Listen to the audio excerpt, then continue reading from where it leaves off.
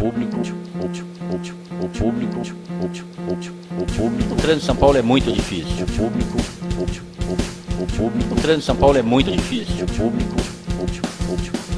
trânsito de São Paulo é muito difícil. O trânsito de São Paulo é muito difícil. Esse estresse paulistano com o tema é ruim. Esse estresse paulistano com o tema é ruim. Esse estresse paulistano com o tema é ruim. Esse estresse paulistano com o tema é ruim. Olha, eu tenho uma má vontade muito grande, não é? Principalmente com o investimento em transporte público. Olha, eu tenho uma má vontade muito grande, não é? Principalmente com o investimento em transporte público.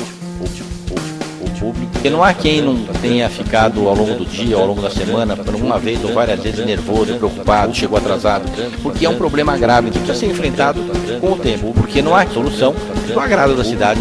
Então é compreensível essa, aqui uma vez ou várias vezes na cidade de São Paulo.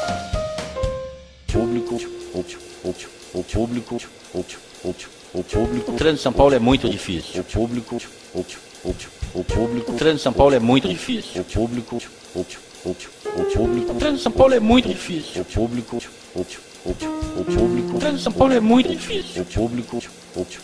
Esse estresse paulistano com o tema é ruim. Esse estresse paulistano com o tema é ruim. Esse estresse paulistano com o tema é ruim.